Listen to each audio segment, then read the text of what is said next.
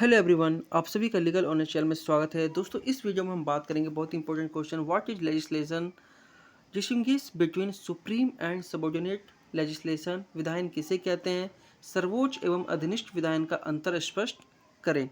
ये 20 मार्क्स में या 10 मार्क्स में पूछे जा सकते हैं और ये पहले पूछे भी जा चुके हैं। तो चलिए शुरू करते हैं।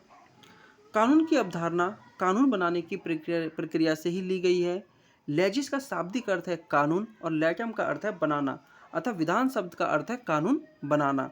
इस प्रकार सेलमेंट के अनुसार विधान को एक सक्षम एवं उचित प्राधिकारी द्वारा कानून बनाने की प्रक्रिया कहा जाता है।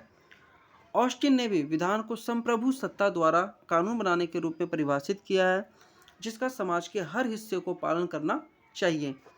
अब बात करते हैं सर्वोच्च विधान वो क्या है। देखिए, यह विधान राज्य के प्रमुख द्वारा अपनाया जाता है ताकि राज्य का कोई अन्य प्राधिकारी इस पर नियंत्रण ना रख सके। इस प्रकार के शक्तिशाली एवं अतुलनीय विधान को सर्वोच्च विधान कहा जाता है। इसकी क्षमता पर कोई उचित प्रतिबंध नहीं है। हमारी भारतीय संसद हमेशा से इतनी महान रही है कि कोई संवैधानिक बदलावों के बावजूद यह राज्य के अधीन किसी प्रशासनिक अधिकार के अधीन नहीं है। इसलिए कहा जा सकता है कि सर्वोच्च अधिकार क्षेत्र को राज्य के किसी अन्य प्राधिकारी द्वारा निरस्त, रद्द या बाधित नहीं किया जा सकता।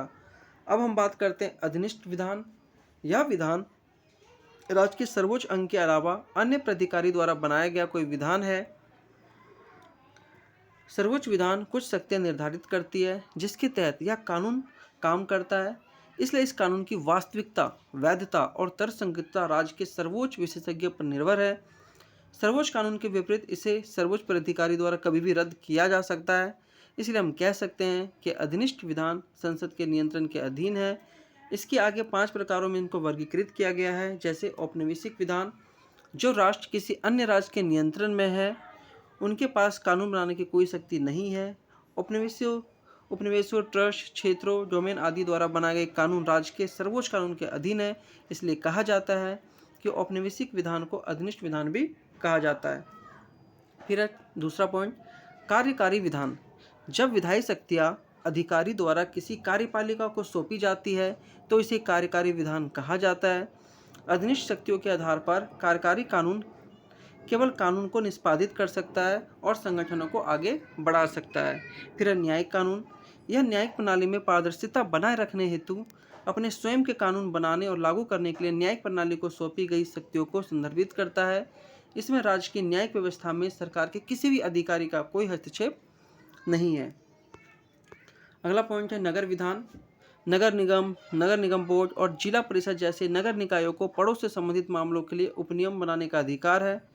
पड़ोस के निकाय उपनियम बनाते हैं जो केवल व्यक्तिगत क्षेत्रों के अंदर ही काम करते हैं। पंचायतों को व्यापक अधिकार दिए गए हैं। 5वां पॉइंट है स्वायत्त विधान। स्वायत्त कानून मुद्दों के प्रशासन के लिए एकत्रित सर्वोच्च प्राधिकारी द्वारा सशक्त लोगों द्वारा बनाया जाता है। इस शरीर को स्वशासी निकाय कहा जाता है, जैसे उदाहरण रेलवे, कॉलेज आदि। तो दोस्तों, ये बहुत इंपॉर्टेंट क्वेश्चन है, 20 मार्क्स में या 10 मार्क्स में पूछे जा सकते हैं। अगर दोस्तों वीडियो आप लोगों को अच्छा लग रहा है तो वीडियो को लाइक कीजिए, चैनल को सब्सक्राइब कीजिए। धन्यवाद।